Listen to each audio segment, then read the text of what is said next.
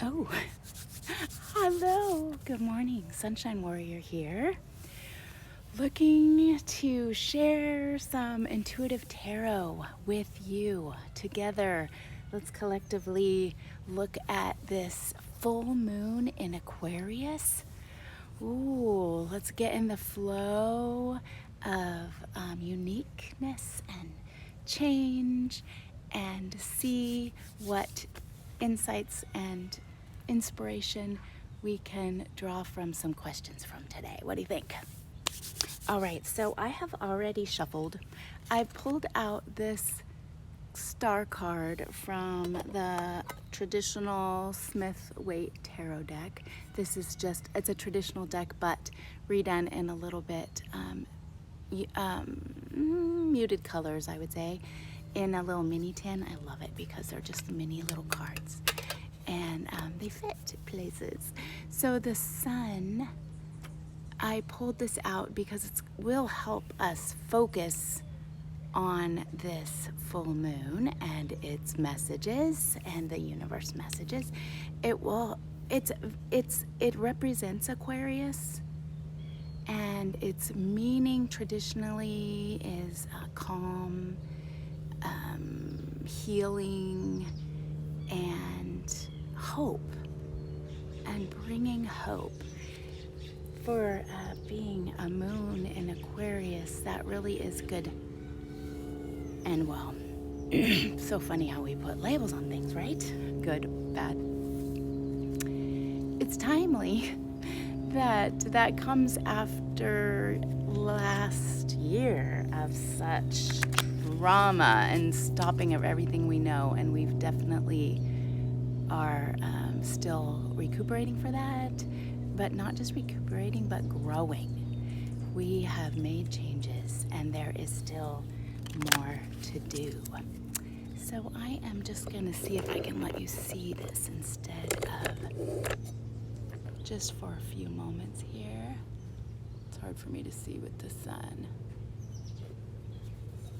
I need to see my lap. Sorry. Okay.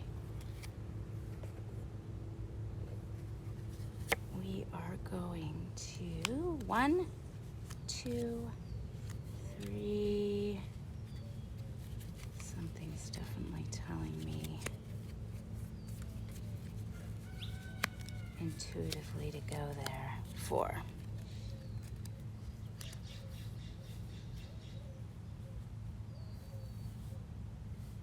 One, 2, 3, 4. And that you can visualize. I will show you the cards. No worries there. When I ask some questions, take them with you today and through the weekend. And maybe I just invite you to write freely on whatever thoughts come up for you now when you have some time. And I'll leave some questions in the post. Just use those as guidelines, or write on them, or just as prompts. But let everything come from you. And let's see what we have here. Number 1, what can we embrace? Ooh, that is actually an extra card put into the deck, but I use them. Some people don't, but if it was put into the deck, I think there's a reason. So this is like an extra card that the artist did that wasn't one of the original cards. 2, how can I be more expressive? The Magician. 3, what is my ideal world? What is my ideal world? And 4, how can I inspire others? How can I make change? I'm just looking at them and seeing I have some envision here to help connect with all that is.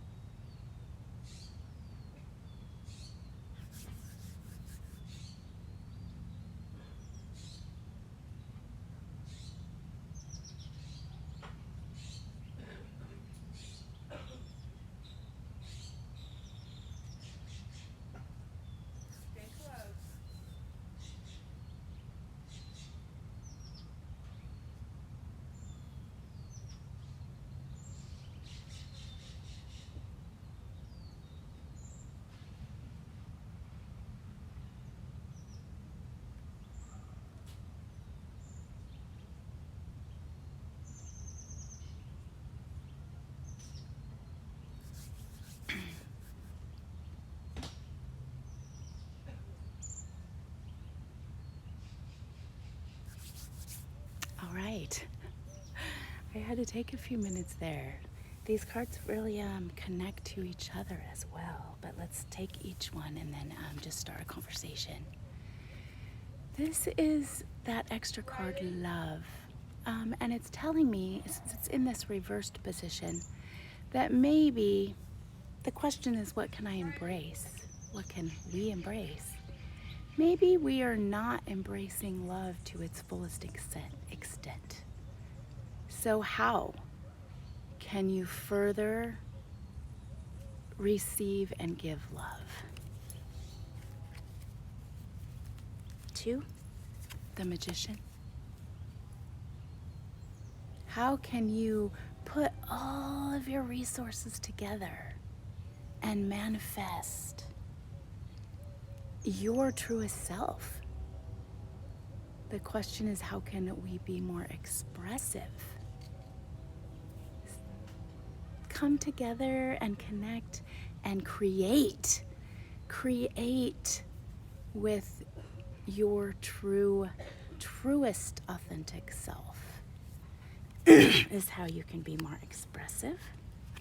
This one is confusing. That's why I had to take some time.